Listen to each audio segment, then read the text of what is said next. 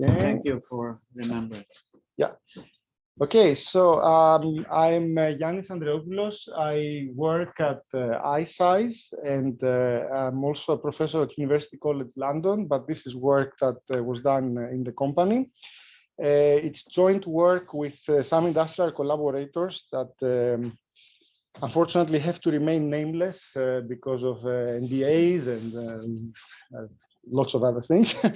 And but what I can name is that there's an Innovate UK project called Sequoia, which is together with BBC R&D and with Queen Mary University. And some of the lab tests, in fact, all of the lab tests were done in the university lab there. And we are presenting here to get some feedback on what we did and maybe, you know, do things better next time. Let me see if this can move. Yeah. So very quickly, what do we do in the company? We work on three things. The first is on pre-processing technologies for perceptual optimization. So the idea here is that we are actually touching the content even before going to an encoder to optimize what actually let's say, make the content easier for an encoder to encode, right? And by that, I mean that you should get a bitrate saving for quality metrics like LPIPS, VMAF, VMAF-neg, SSIM, and so on. Obviously not PSNR, because we are changing the content before. Right? So when you measure versus source, that's the first technology, and it's a pure preprocessor, which we call BitSave. The second thing that we work on is something we call BitClear, and that's a post-processor after decoding. And I'll show you results of both today, hopefully. That's basically a post-decoder denoiser. So it's exactly the opposite. When you decode on the device, if the device, for example, has an NPU on the mobile phone, you can run a neural network to clean before a display, right? Both technologies, importantly, do not downscale or upscale. So we don't break standards and we don't change the ABR ladder. So if you're doing a sort of a VOD or live HLS dash with 720, 540, 1080, exactly the same resolutions work, and nothing changes in the encoding. The last thing is called BitGen. That is for generative video representations, and that's more for like photorealistic avatars and so on. I mean, I can say a few things later. I can show you maybe a couple of demos on my phone if people are interested to see that. And the idea is that we see the future as similar to using virtual backgrounds, that people will begin to replace the speaker as well with still a version of themselves, but maybe let's call it a different version or a better version of themselves, right? Different style and so on. Anyway, I won't talk about that here. Today, we'll talk about pre and post processing and how we measure quality and what we learned, and maybe try to get some feedback on things to do better next time. Why do we do it? We work on these technologies because encoding optimization in the conventional way is hitting a wall. So every new standard exponentiates the compute cycles for diminishing returns in bitrate saving and in quality, and that is not sustainable. And obviously, this has been noted for a long time when you see the kind of the curve of encoding complexity exponentiating versus the decoding complexity, that as people would know, right? So there's an inflection point, and we think that as quality metrics improve, and VMAF is a good example, for example, you can do a lot better with AI as well, right? That's kind of the motivation. Now, the three challenges with visual quality assessment has a lot more than three challenges, but I'll just mention three. So the first is what I call, are people familiar with the blind man and the elephant problem, right? So there's this like 2,000 years old that blind men try to assess an elephant, and one says this is a wall, this is a snake, this is a, they touch the legs, and they kind of say different things, right? So objective metrics, in a way, they are also in some sense myopic, right? Because they only capture a subset of the human experience when you're watching video. But even humans can be myopic because an individual rater doesn't see everything, right? And of course, when you do P910 tests and so on, you take care of that by adding more raters and statistics, etc. But there's still a problem. The second big problem is that the exploration space of these technologies is vast. And typically, when you have, choice of encoders, preprocessors, post-processors, encoding presets, CRFs, resolutions, video libraries, you can easily surpass, 1 million tests. Patrick that has worked on VMAF and other things, you know very well what I'm talking about, right? So and the third motivation is that for better or worse, video AI is already beginning to leverage on metrics, right? So for example, just because a technology is improving on a given metric like this, that doesn't necessarily mean that it's actually improving on quality, right? So you could be, for example, reverse engineering the metric, right? Or overfitting the metric, which in a way could be useful, but it's also interesting to assess what's the truth here, right? Here's an example. So here what we show, and in the interest of time, I will not dig very deep into this. Encoding time is on the horizontal axis, right? And average BD rate saving is on the vertical axis. And as the anchor point here is the encoder at preset 0 for AV1, which is the red point down here, AV1 M0 for SVT AV1. And as you make the encoder faster, as you can imagine, the bitrate increases, right? And there is a bitrate overhead. But when you measure it with PSNR, with SSIM, with VMAF, neg, and VMAF, the numbers can be widely different, both for encoders and preprocessor technologies like the ones we are developing, right? So the question then is, what is the truth? Like, what is the actual saving? And that matters a lot, because when you're deploying a technology like this at scale, let's say for millions of videos, right? If you say, for example, that I can get the quality of SVT AV1 M0 with the preset M4, to give you an example, right? That can mean a complexity saving of a factor of 5, right?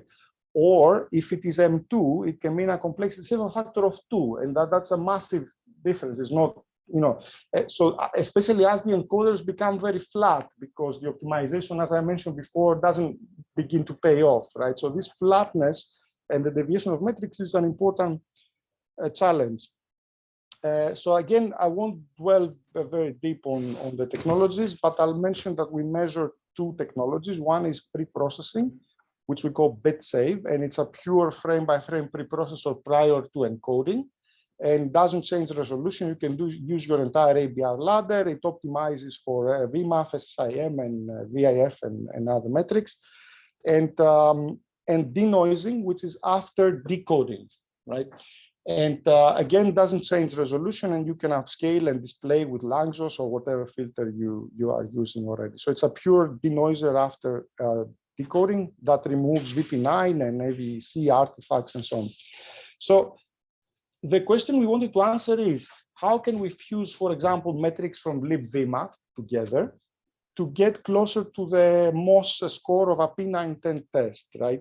And why did we pick libVMAF? There's a lot of other metrics that you can use, but libVMAF is, in our opinion, a very good library that hits a good point of production readiness, complexity, and quality of the metrics that we get in terms of VMAF and SSIM. There are some neural metrics that have been claimed to be potentially better than VMAF, but even if they would be, the implementation is still kind of not mature enough. And when you want to apply them for millions of videos, you're going to end up paying a massive cloud bill, right? And to say the least.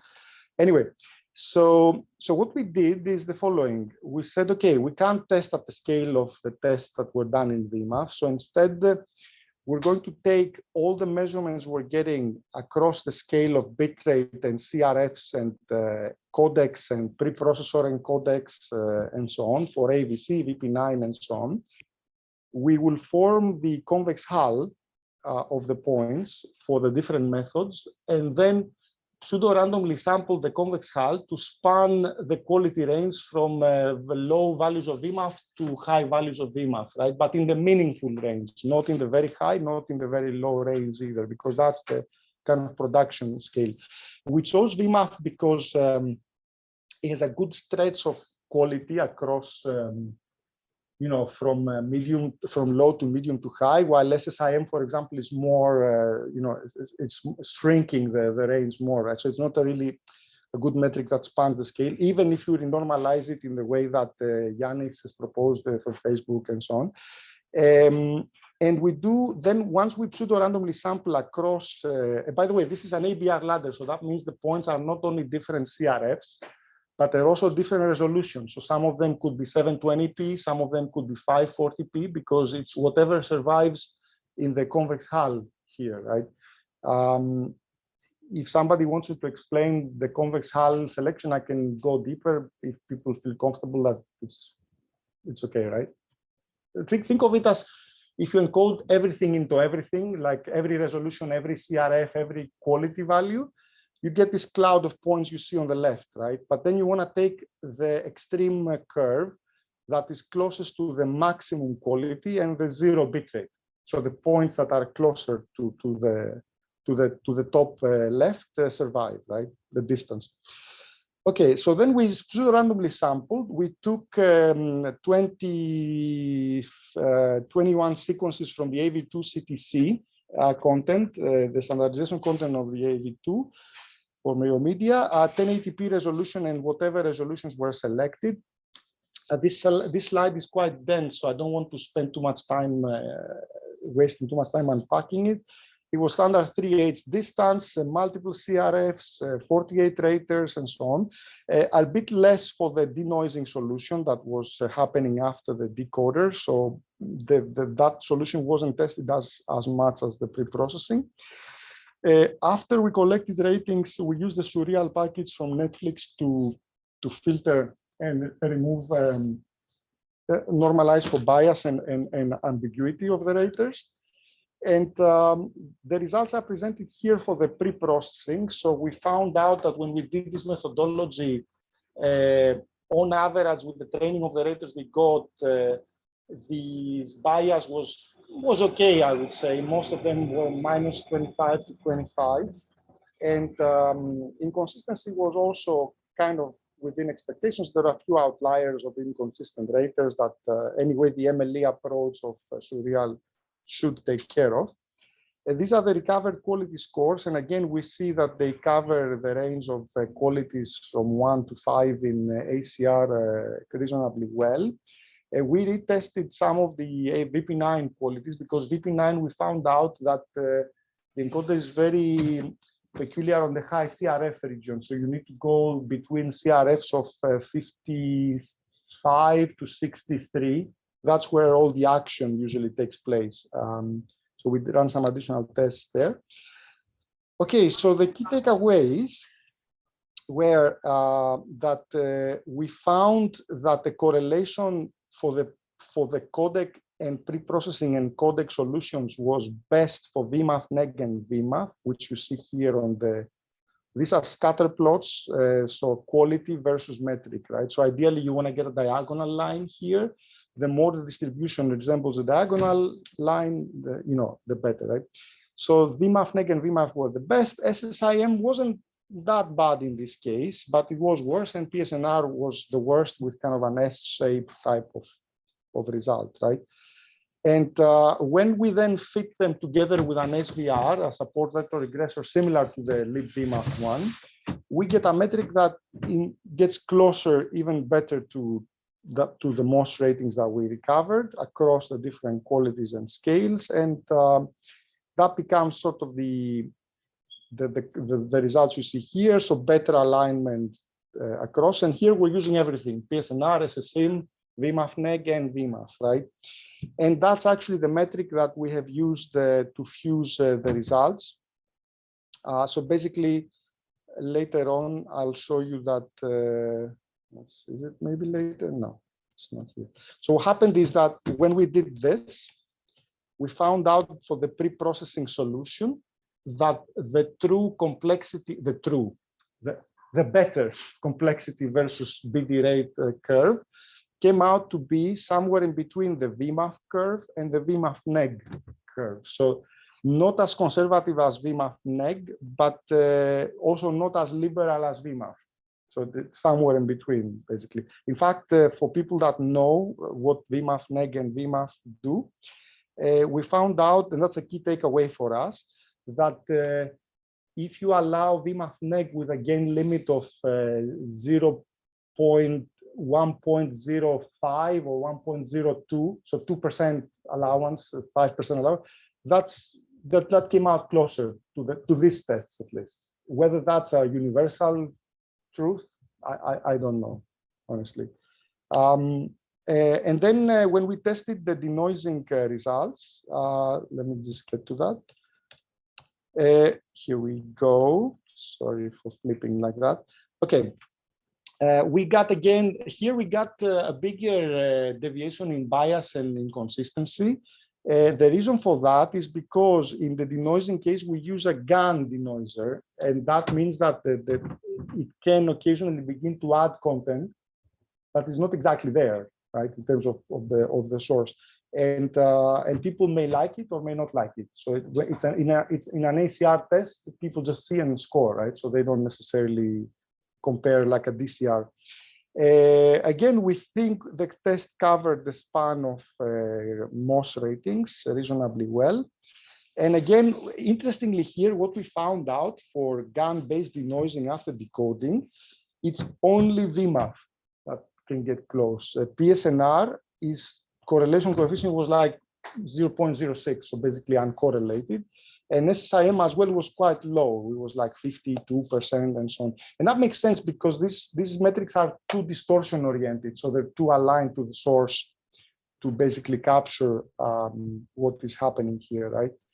And when we actually did the SVR, we basically found out that we can get a little bit better than VMAF, but you might as well use VMAF to do this. Basically, it wasn't that much better. If we did add other metrics like LPIPs and maybe some non-reference metrics, maybe we would have found a more interesting picture. We haven't done that. And the last thing I'm showing here is some bar plots where we show on the solid orange, is that orange? I guess you can call it orange, or light brown, whatever you want to call it. That's the P910 fit that we got. On the dotted orange is the actual recovered quality from Surreal. And we get a decent kind of, in many cases, they come quite close, right? These are for our denoising solution. The blue ones are for just upscaling with Lanczos, so no denoising, right? And obviously we get a benefit visually, which is quite important for the denoiser. In this particular case, it was 14.14 points in VMAF and 1 point in the MOS scale, which is quite big, I would say, right? Out of 5.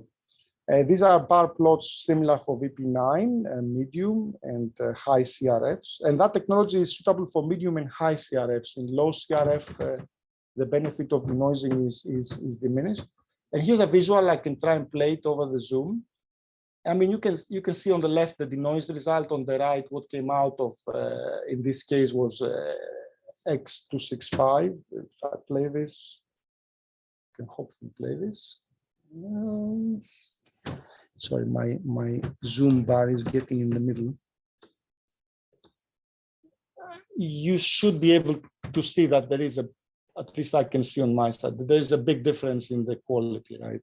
Between what you see here on the right and on the left. Now, a lot of the things on the left are made by the GAN. So that means they're not necessarily exactly there in the content, which is why SSIM will not necessarily pick them up, and definitely not PSNR, right? But visually, they look quite convincing, I would say, right? And these are the key takeaways. I'll leave the slide up. So we found out that fusing in a domain-specific manner the metrics, you can do some limited testing and ideally improve the accuracy by getting closer to the true distribution than a single metric.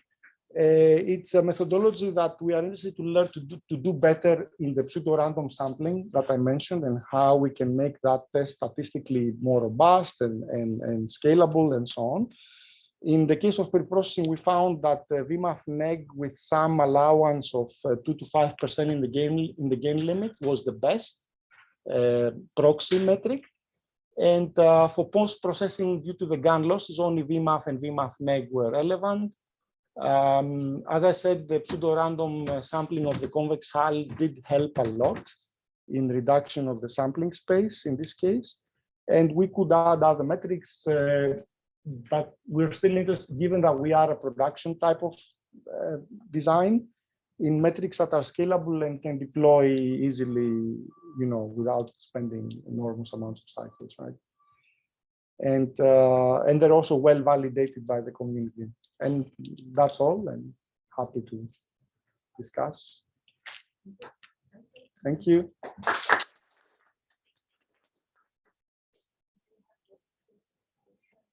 Online. Yeah. Online. Sorry. Should I unshare or maybe we can use the slides? So, someone, could you pose your question? Yeah, sure. Yeah, thank you very much, Yanis. It was very interesting presentation. Just I have one question, or maybe one note. I think if I understood it well, like you're using a GAN model for somehow enhancement of the signal that you have. So basically, you're using something similar to super resolution, but just for denoising. And I think if you're doing that, I think one mistake that you're doing, and we can clearly also see it in between the two images that you showed in there, is that you're using your full reference model. So, and the problem is that when you're using such a GAN models there, so there are two types of them. So one type of them, they're trying to improve their perceptual quality. So without improving the reconstruction quality, so meaning that they don't aim actually to become as the reference. So and when you're doing that, so what will happen is that the quality will be very, very good in the eyes of the user, but not in comparison to the reference. And I know that most of the recent works, they actually focus on the perceptual quality enhancement, so which they call it there as perceptual quality enhancement, and not reconstruction quality. And that's why when you're using any full reference metric, so it will be fooled, or let's say that compared to the subjective results. So, and to me, when you're doing such a, quality assessment, at least objectively, you need to use a no reference metrics to do that. So, if you don't do it, then it is very, very well accepted that the full reference metric will not give you any result. It just tells you that in terms of reconstruction, it did not, work very well, but doesn't mean that perceptually is also not very well. So just wanted to point that out, but other than that, I think it was quite interesting. Thank you. You can also see here. Yeah, put the slide up.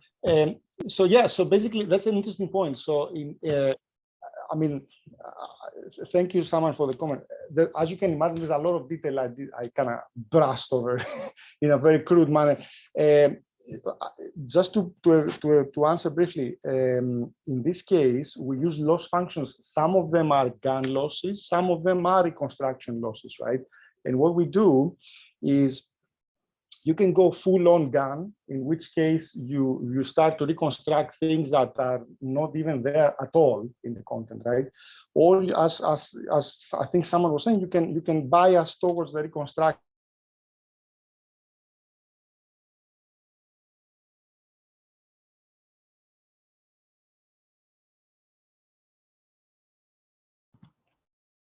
I think we lost you. But may not be, a faithful reconstruction of the encoding. So we try to balance that, and that's why VMAF is still increasing, for example, in this case. While if you went full on GAN, even VMAF will eventually begin to decrease. But I agree that testing with no reference is also interesting to do. Yeah.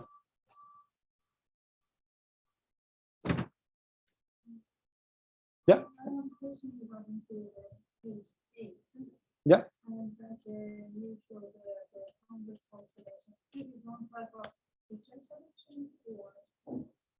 Yeah. So basically, the idea here is that when you're encoding this content, right, you could be encoding it at multiple resolution and multiple qualities, because when you stream, you can stream at 1080p, at 720p, at CRF 33, 52, whatever, right? And the idea is, if you look at this, sorry, I'm moving. If you look at this diagram here, the reason you get 1 million test points is because this is the brute force, like testing every quality of every resolution and so on. But the reality is an optimized service like Netflix streaming, for example, today, right? They wouldn't do that because they wouldn't stream, for example, this point down here, because this point would be suboptimal and there would be a better point they would find. So the idea of using convex hull for us is that it leaves the subset of points that are statistically more likely to be chosen by a commercial service, not guaranteed by any sense, right? But and then we can basically limit the choice and sample it across the quality. So it leaves, if you like, the more realistic points than just selecting some random CRF that no practical usage of it. For example, 360p at very low CRF, that would not have been picked up, because that's very high quality for very low resolution, right? And vice versa, very, very high resolution, very low quality, and so on. Yeah. Did I answer? Yeah. Okay.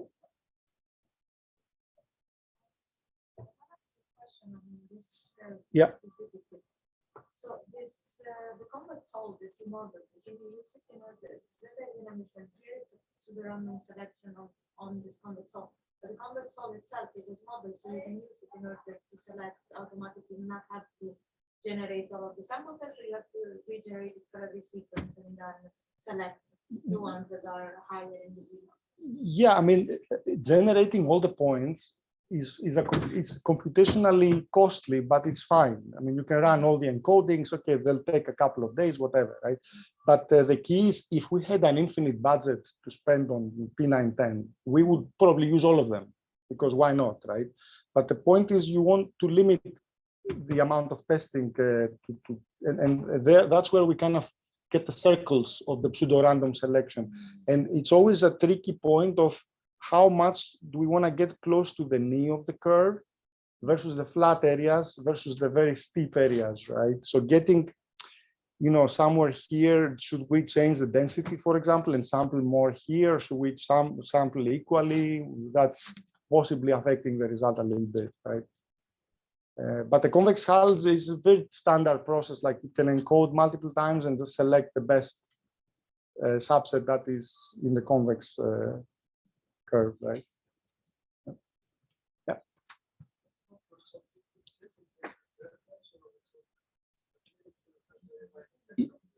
Yeah. It was ACR, so hidden reference, 5-scale ACR, and we did ACR because I think in the community, at least the image I've seen here as well, is that the ACR is considered to be statistically better for the amount of effort you're putting in. ACR with hidden reference should give you a better statistical accuracy than DCR. Am I right? Or? Yes. Yeah. So, but I mean, DCR is good if this technology, for example, somebody has concerns that the denoising technology might change the content in ways that are a little bit unpredictable and the ACR will not pick it up. Maybe you want to do DCR for this, right? But then I would say, if people don't see it, that does it matter if they didn't spot the difference in the hidden reference versus this, right? Maybe it does, maybe it doesn't. It depends how conservative the product deployment teams are in the so then it becomes a human decision, I guess. Yeah. So if the experiment you make aware of users that they can see strange things, or just rate the quality? Okay, when I say strange things, it doesn't, to go to the picture, it's not gonna add like a new car or things like that, right? Or it's not gonna, it just might make, for example, what you may notice if you look, it might make the content a bit more cartoonized than because this one has a more natural feeling, right? The one on the right, and that natural feeling is more because our eyes are more used to encoding artifacts rather than if you brought a person from a I don't know, Antarctica. There's never seen, they would find the content on the right very bizarre, for example, right? But what we did say is that, you're rating the quality. We showed them examples in the standard methodology. We didn't say anything about the technology, look out for this or look out for that and so on, right? In the same way as a user of a device, they don't really, we asked them whether they noticed something. There's a questionnaire in the end. You can ask people to say, did you notice anything weird and so on, but we didn't get anything. And as I said, the GAN loss, we tune it. We can tune it down to make it almost go away, right? Or we can tune it up and start getting, what happens with the GAN loss is when you start tuning it up, it starts to hallucinate more grain.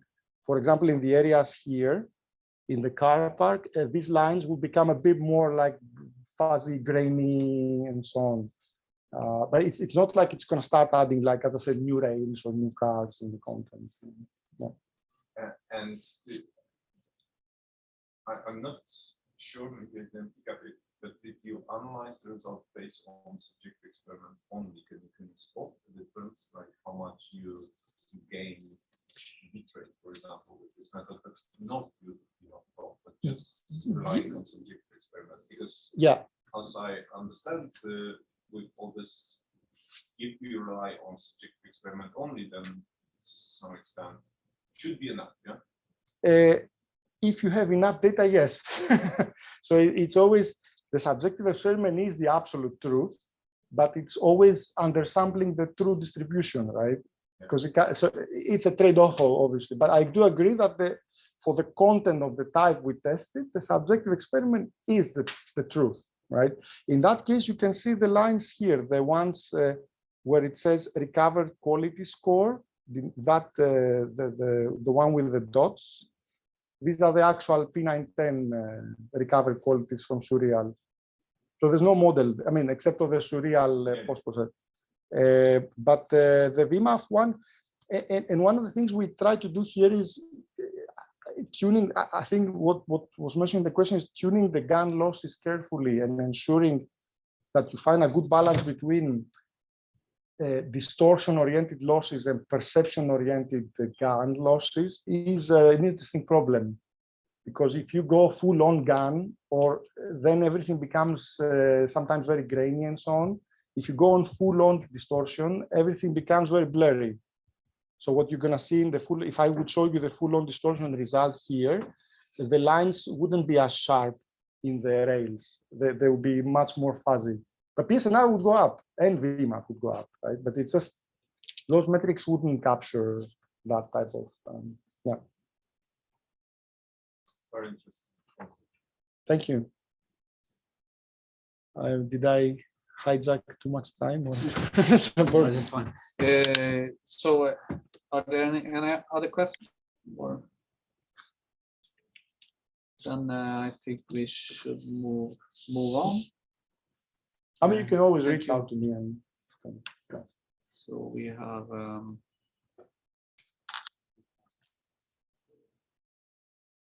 120, that would be a presentation by Lucas, I guess. So.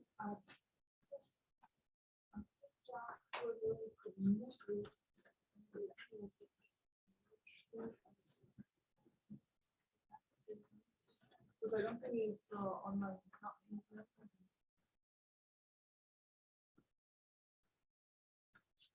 and maybe Margaret, we can see the email to schedule this presentation. Sorry? We have to reschedule this presentation. That should have gone here, or? No, I don't think so.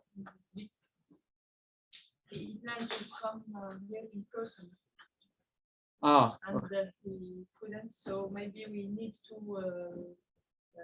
reschedule his presentation.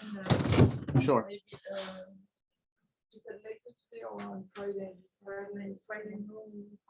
Friday is not an option anymore. So maybe with the other norm session on Wednesday, we will try to do so. I mean, we can always move if 124. Well, we can take that now, and we just switch place and see if Lukasz is available latest in the evening, and then he can have his presentation done. So we have Werner. May see if he's online. Shall I believe that Werner's presentation and Yanni's presentation will be more like discussion, wise, and it will be quite lengthy. I mean, 45 minutes probably. I suggest to move on with CGI, but if Werner is there, he can probably judge it better. But just based on the program, I can see it like that. Okay. Yeah, we can of course switch to CGI now, and then resume norm when CGI is done. Yeah, sure. Yeah, great. Then. I mean, if that is the case, then I will first ask Jerry if it's fine for you to present. I know that's quite early for you, and if it's not the case, we can start with Nassim. So up to you. Jerry, can you hear us? Hello. Hi. Yeah, I can hear. Yeah, hello. Yes, I can start presentation now. Okay, perfect. So then we will start with Jerry from Texas Austin. So he will present a work on subjective and objective quality assessment for gaming content, and after that we move to Nassim from Fraunhofer, but at the time I think she did her work at TU Berlin. Yeah, Jerry, feel free to start. Okay. Your presentation if you're ready.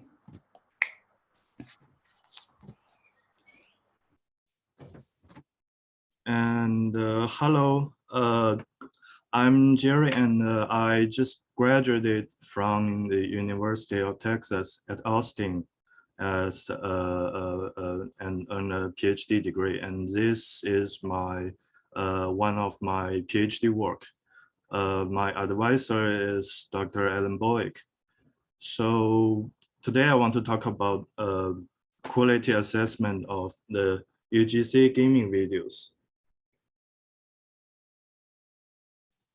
So I think I will skip details of the background of the VQA research. I assume people here all have the basic background of it. So I will go into a brief introduction of the UGC gaming video VQA problem. So what is video game? Here I refer to some interactive games that run on some different platforms such as computers, play consoles, which are connected to TVs or mobile devices.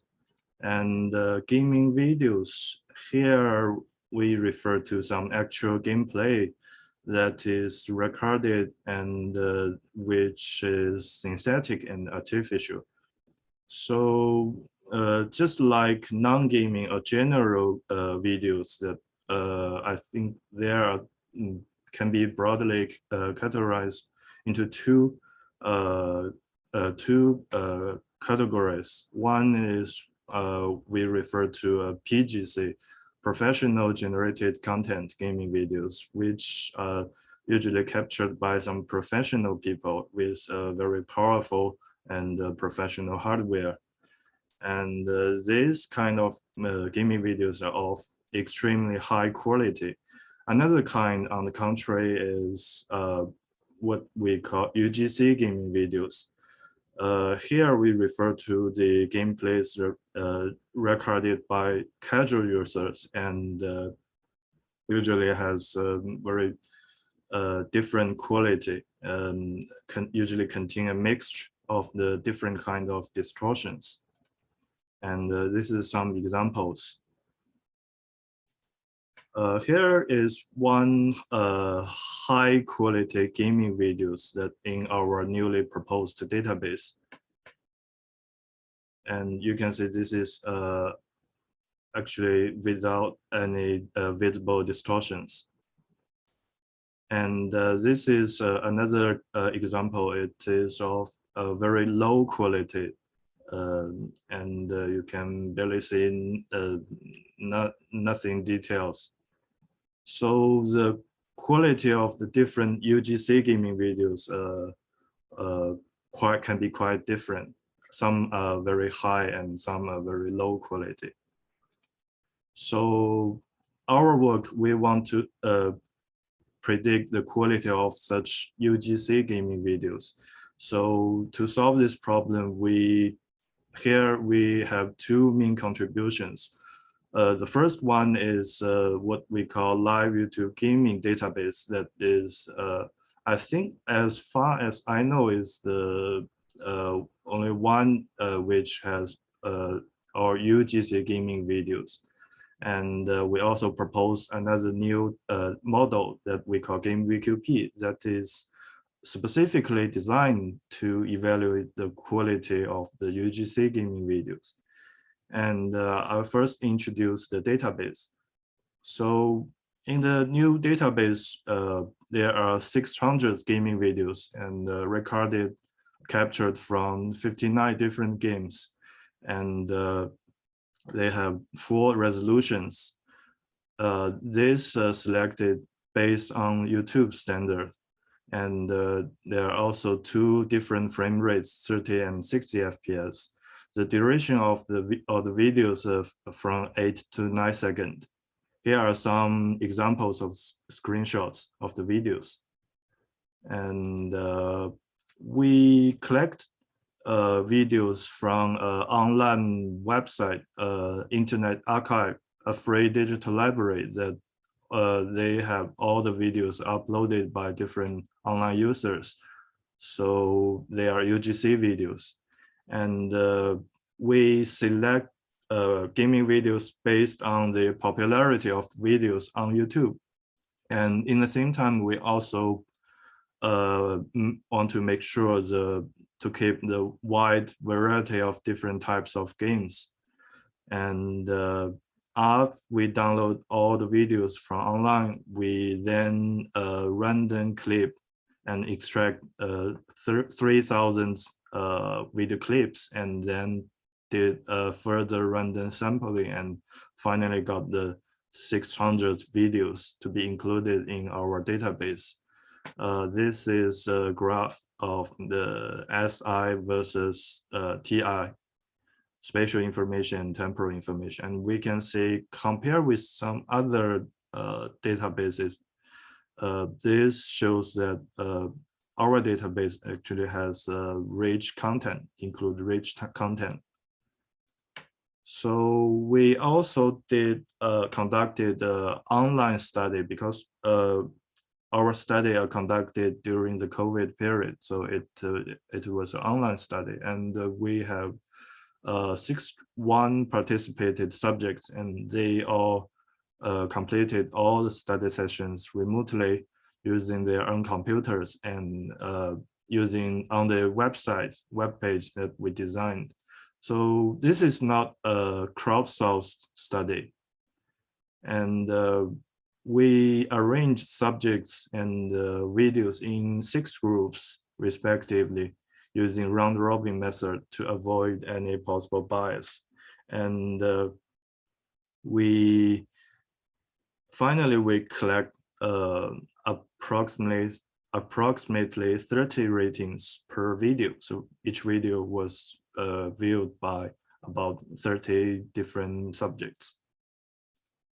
And here is our online study flowchart. We have one training session which led subjects to be familiar with the study procedures, and also we by the training session, we ensure that the remote study environment of the subjects can meet our requirement.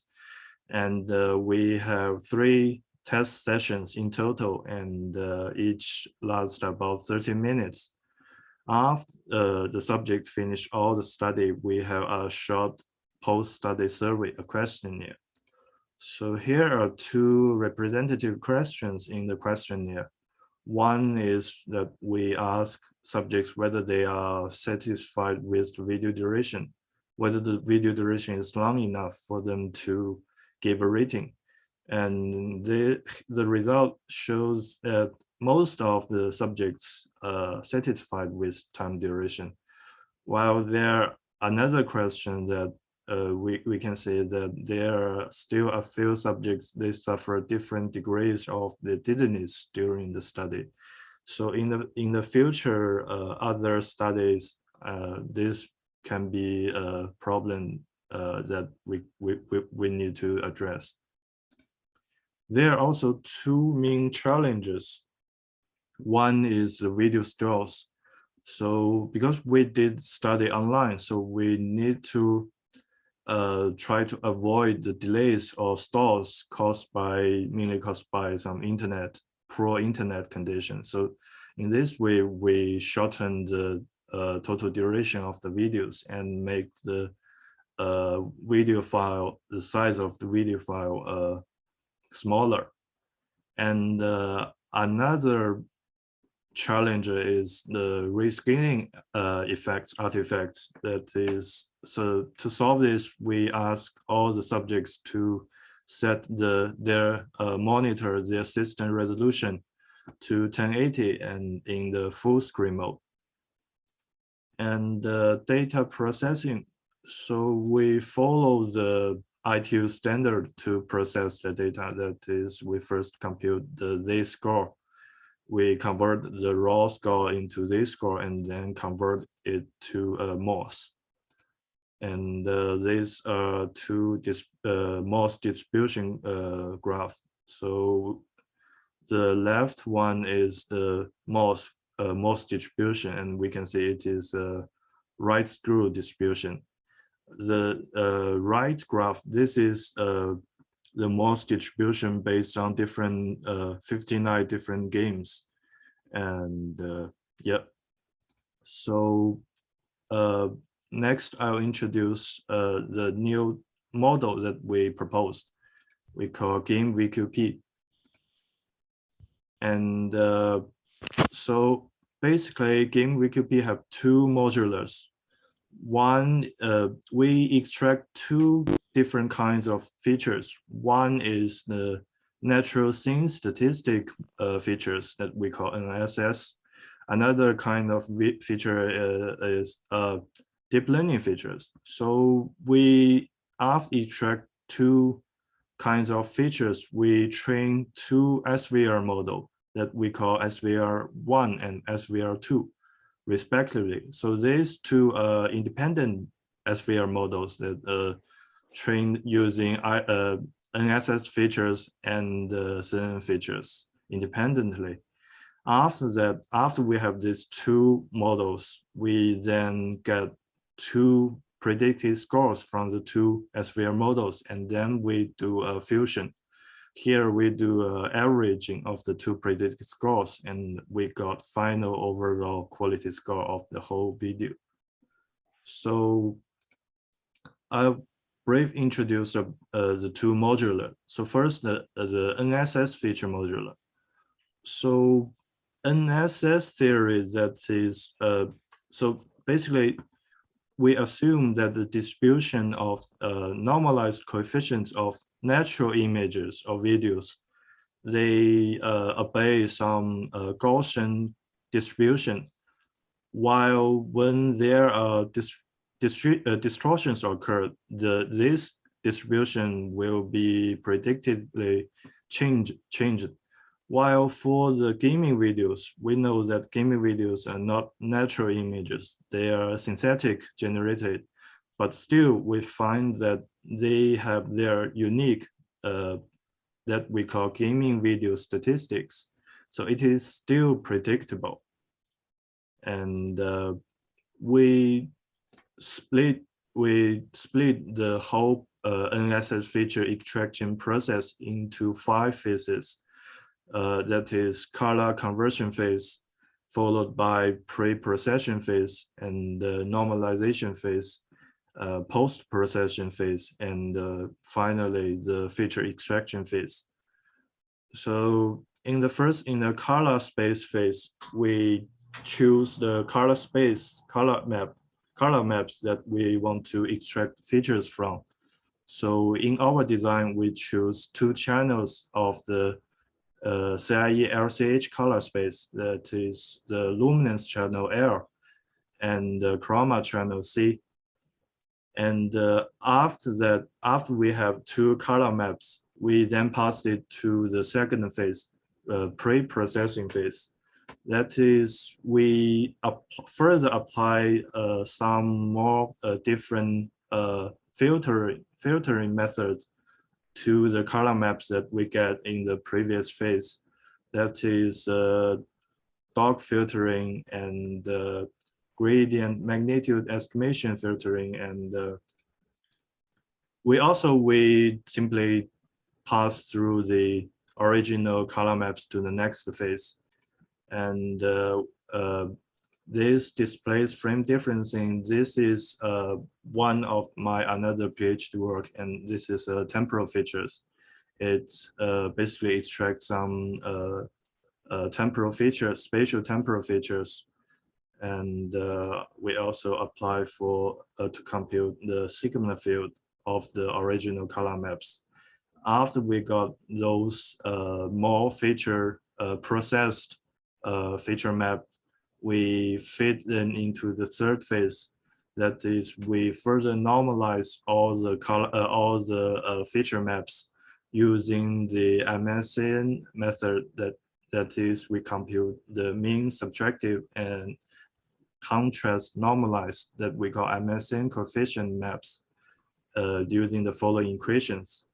And after we got all the normalized feature maps, then we pass them into the fourth post-processing phase. Here, we apply for one additional operation.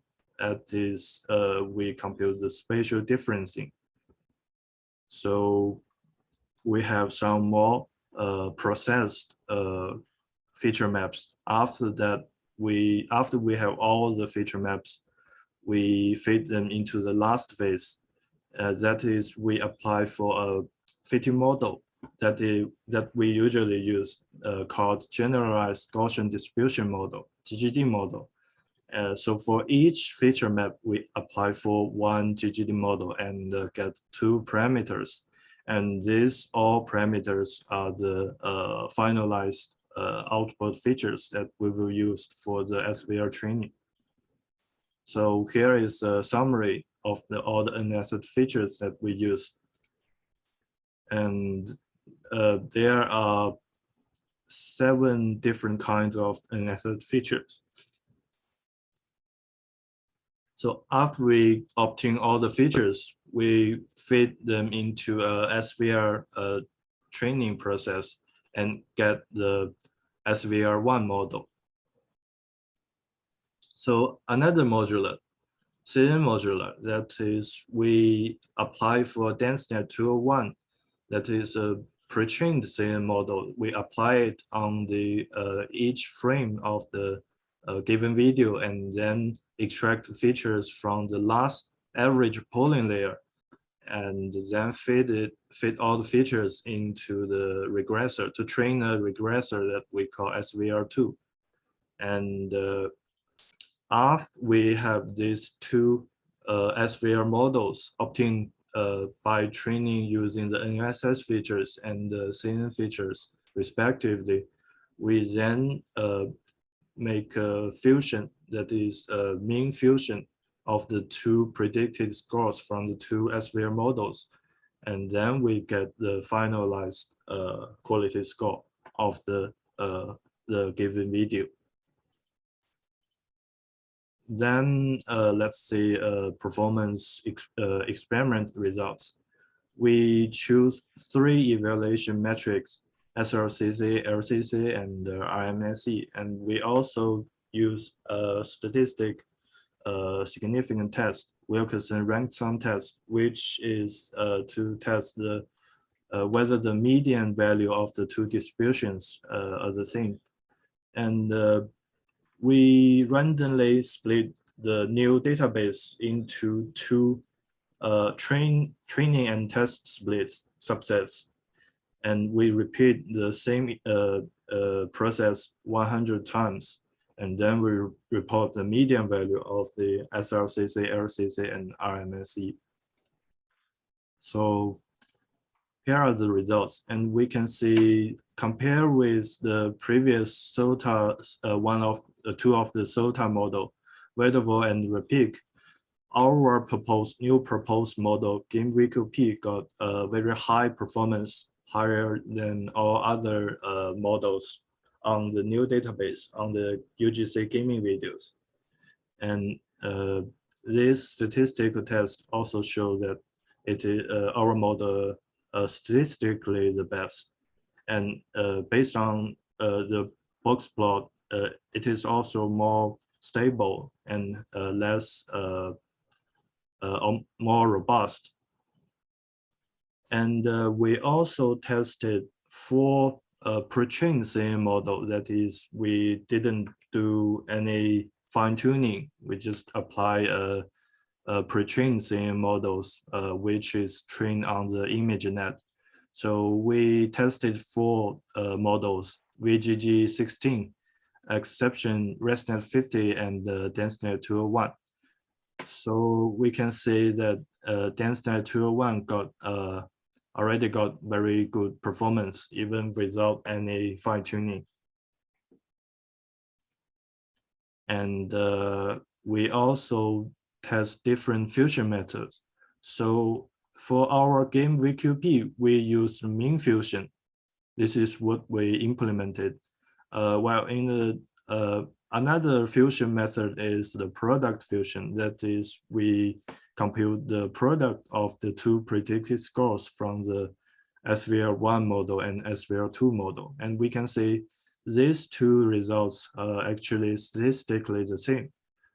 While if we only use the NSS features to train the SVR model, we got similar performance compared with the Weatherville and the Repeat.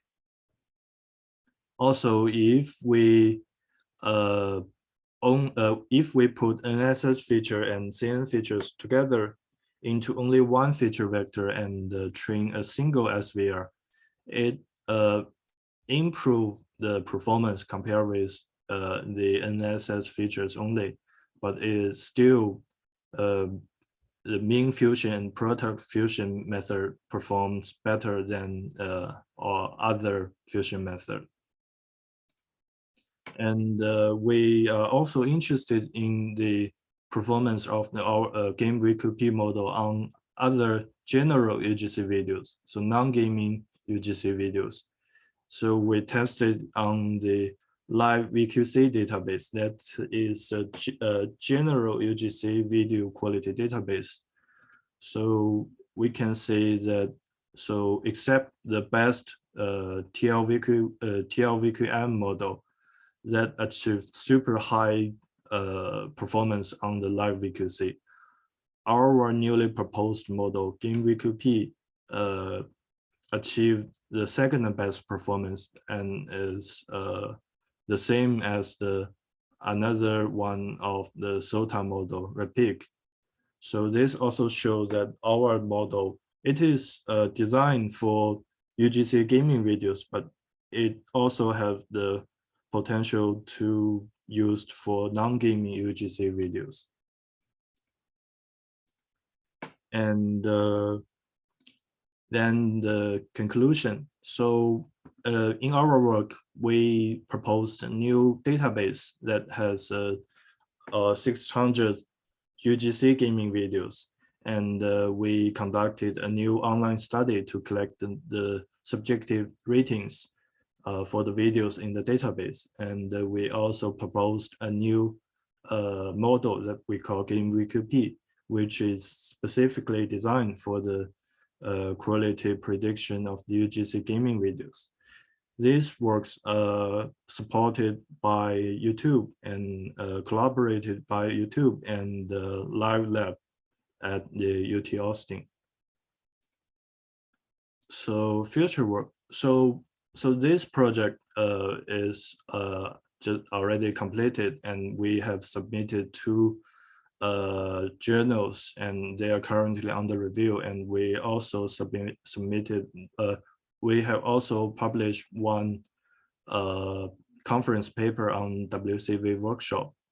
And well, so there are another project that is collaborated with Facebook Gaming project, Facebook Gaming, that is funded by them and collaborated with Dr. Bowick's lab. So if anyone is interested in collaboration, you may contact Dr. Bowick. Because I will graduate it. I just graduated. And thank you. And these are 3 references of the related papers that we just proposed. Any questions?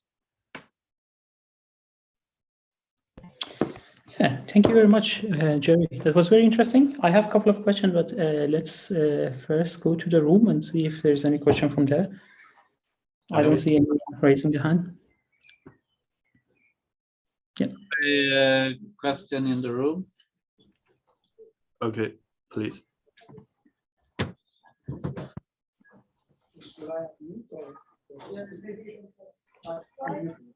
Please come to the microphone closer because we don't hear you.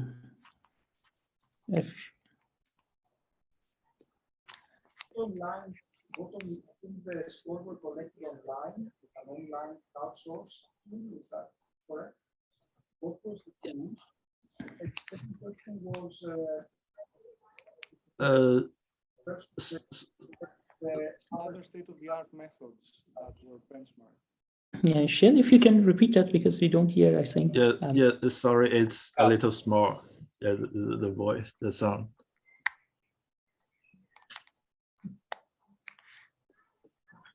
Sorry, can you repeat the question? Sorry. Yeah.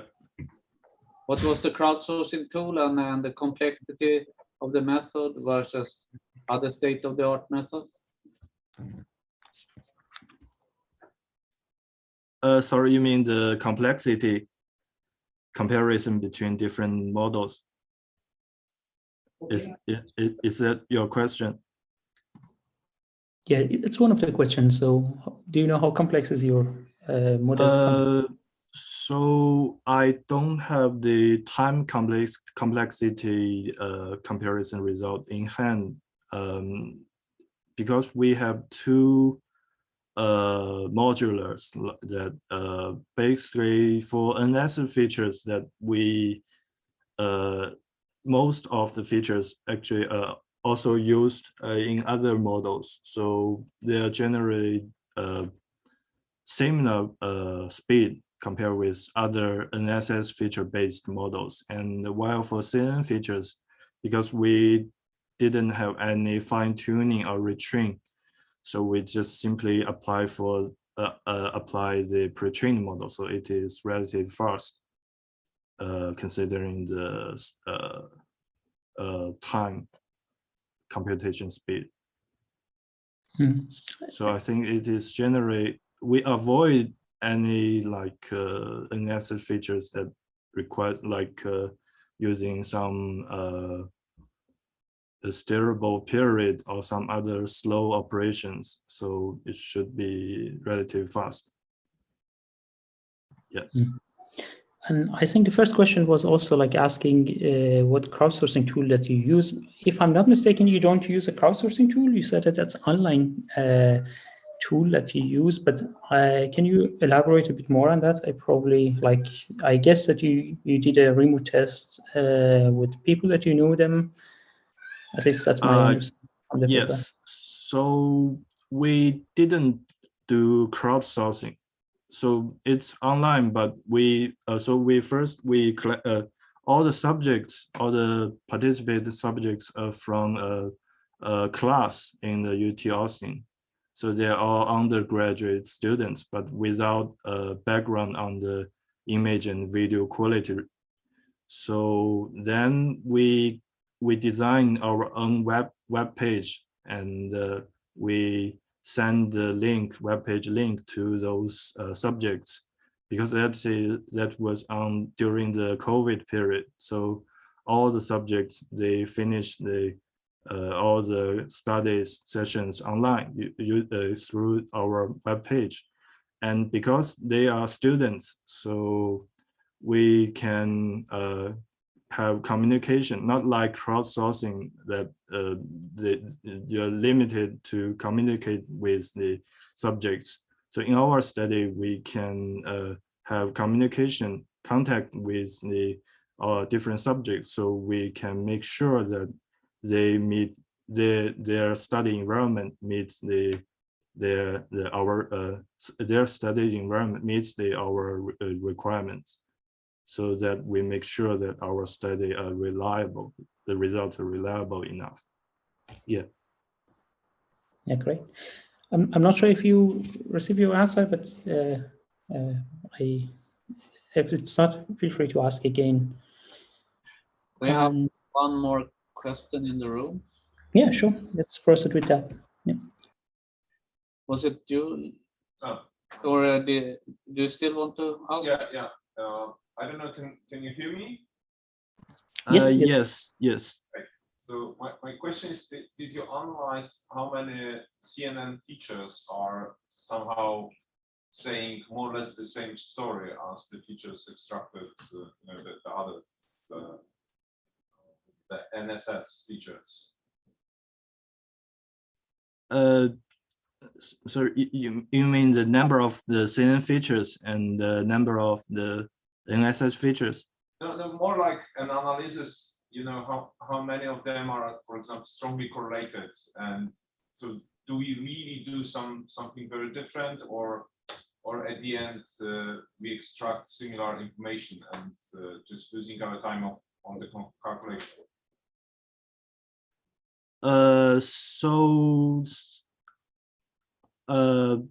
I think so. First, we have 168 NSS features and 1927 features. So I guess you mean the meaning of different features, right? Like, yeah. So for NSS features, these are typically more interpretable because we actually did in the pre-processing and post-processing, we extract based on different image processing techniques. So there are different kinds of NSS features that actually can represent different information. And some of the features, NSS features, are also already proved useful in other previous VQ or IQ models. While for CM features that we just apply the pre-trained CM model that is already trained on the ImageNet on the classification task, and we use the last average polling layer the feature, so that's 1920 features. And I think so NSS features basically capture the low level features of the video, while CN features here we designed to capture some high level informations, so that they capture different they focus on different information, and then we use this simple fusion and we actually boost the performance. Yeah, so basically, yeah. I have one very quick question about this equation, because you're already there. So why do you make average between them? Like, don't you think that if you pull it a bit better would be yeah, so we did two, one is average, one is just product. So basically I tried a few more because here in the fusion step, we have no training. So there is no training for the fusion step. So actually, if you want to do a polling, like a temporal polling or something, basically you need some different degrees of the training at least. But here we don't want to have any training to make, we want to make the fusion step simpler. But in the same time, you can say that this simple mean fusion and product fusion already get a very good performance. And in the future, we may also try different other like possible polling methods to say if it can get a better performance. Yeah. I see. So I could go to the next question from Nabajit, I think was first, and then Maria. So. Hi, Jerry. Nice to see you virtually. Nice to meet you.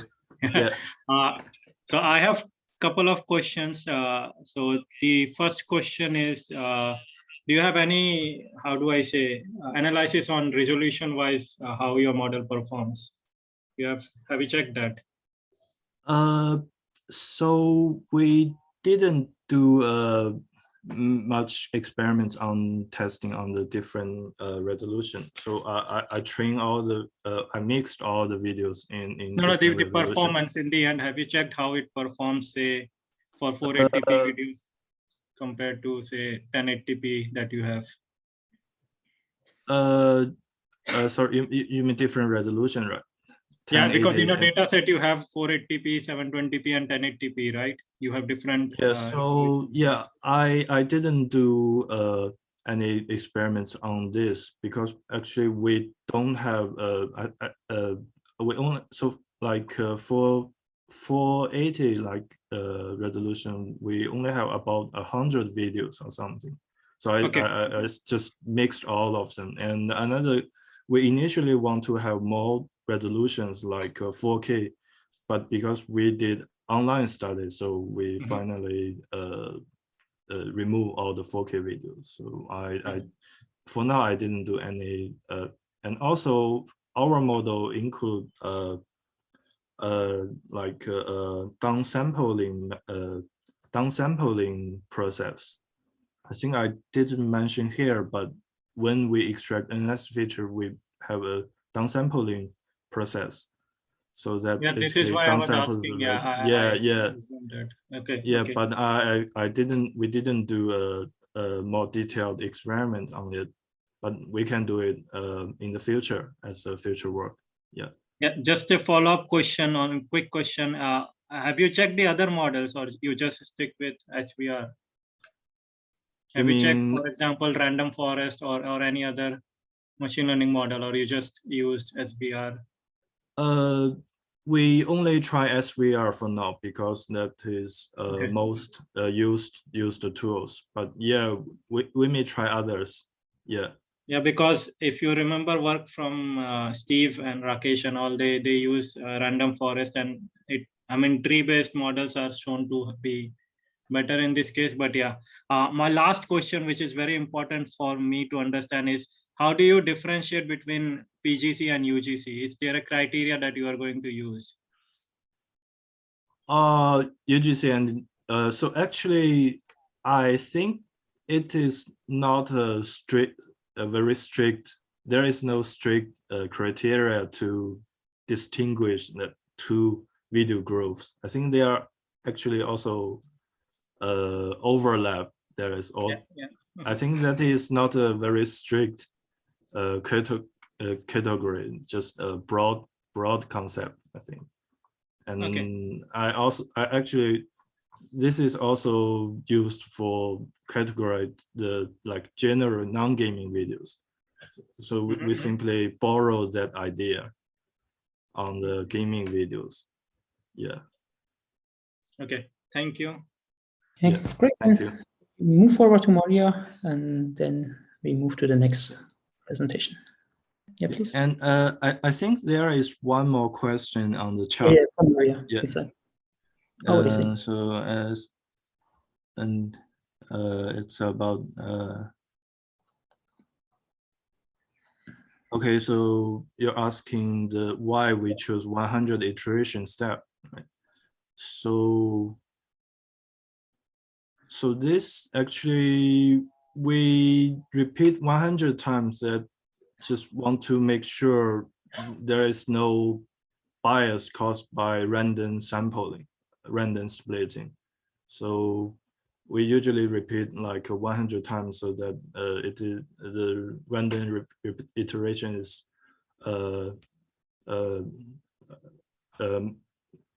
how to say that that is enough to have a more fair comparison, and we can get more fairer results. So, and also, actually, ideally, we can do even more, and like 1,000. That we sometimes, like some of my previous work, we did 1,000, so that the results are more reliable. But because you need more resources to run the models, so here we use 100 iterations. Yeah. Yeah, great. Then let's go to Maria. So then we will have a break, I guess, as she'll mention that. Question on my side. I understand you are making public the data set as well as the metric, right? The code for the metric. Is it correct? Jerry? Sorry. Thank you for the presentation. Sorry. Could you say again? I didn't follow your question. Yes, I will talk nearer into the mic. Is it better now? Yes. Yes. Okay. I was asking if beyond the data set, you're also making public the code for your model. Yes. So you mean Game VQP model code, right? Yes, So. yes. So that paper, that journal is currently under review. So we haven't released the code of the model. Now we just release the database, but we will make it publicly available, the code after our paper got accepted. So you probably know that we developed as well an model for gaming. It would be interesting, if you haven't tested yet, it would be interesting to test our model or your data set and compare the models as well. I don't know if you have tested it as well, or. Also, you also have proposed some new model, you mean? No, not a new one, not the one that was published some time ago, in 2018. I think it would be interesting to compare, unless your one is for a different use case. Yeah. I'm willing to, like, if you could provide me the code, because I know there are few gaming video models, model papers, and actually I think most of the from like VQEG, right? And I couldn't get their public code. So if you could share it with me, then I'm very happy to include the comparison in our paper. Yeah. I'm not sure the code was public, but of course we can discuss about it and find information of the It was the one. We also had 2 or 3 more metrics. It was one. But it's an interesting work. So it's very interesting. Maria, I think we cannot hear you very well. So much stuttering in the audio.